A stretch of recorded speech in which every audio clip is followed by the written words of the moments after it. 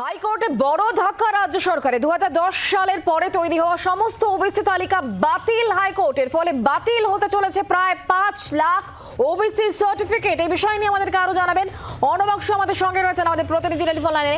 অর্ণবাংশু, কি খবর এই বিষয়ে? শুক্লা, সেটা হচ্ছে কলকাতা হাইকোর্টের সেন্ট্রাল বেঞ্চের একটি ঐতিহাসিক রায় বলা যেতে পারে। অর্থাৎ তৃণমূল কংগ্রেস আসার পর 2011 সাল থেকে 2010 সালের পর যে সমস্ত ওবিসি সার্টিফিকেট তৈরি করা হয়েছিল সেই সমস্ত সার্টিফিকেট কলকাতা হাইকোর্ট আজকে বাতিল করলো।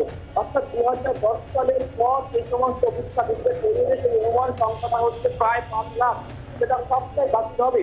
দ্বিতীয়ত আদালতের স্পেশাল বেঞ্চ জাস্টিস অপকরণ চক্রবর্তী এবং জাস্টিস মানসা তাদের বেঞ্চ বলছে যে এই সার্টিফিকেটটি যারা ইতিমধ্যে চাকরি পেয়েছেন তাদের কিন্তু বইতে বলা হচ্ছে, বা যারা চাকরি পাওয়ার অবস্থায় রয়েছেন অর্থাৎ যারা কিন্তু সাবমিট করে দিয়েছেন সেটাও কিন্তু বৈধ হয়ে আদালত বন্ধ করছে।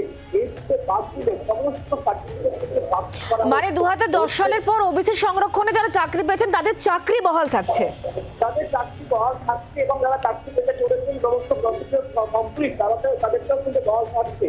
শুধুমাত্র বৈধ হচ্ছে 2010 সালের আগে ঘোষিত ওবিসি সার্টিফিকেট তাদেরকে বৈধ, এবং বলা হচ্ছে West Bengal backward class commission act 96 এই অনুযায়ী নতুন তালিকা তৈরি করতে হবে কমিশনকে।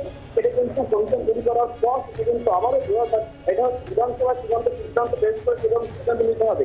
এছাড়া এই আর উপায় নেই, শুধুমাত্র যারা চাকরি পেয়েছে তাদের ক্ষেত্রে নিরাপত্তা দেওয়া হয়েছে তা বাদ করে কিন্তু সমস্ত ওবিসি সার্টিফিকেট বাতিল দিলে কলকাতা হাইকোর্টের সেখানে তৈরি।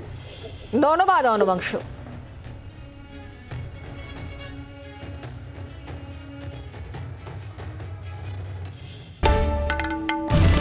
বাংলার আওয়াজ, বাঙালির আবেগ, জি 24 ঘন্টা।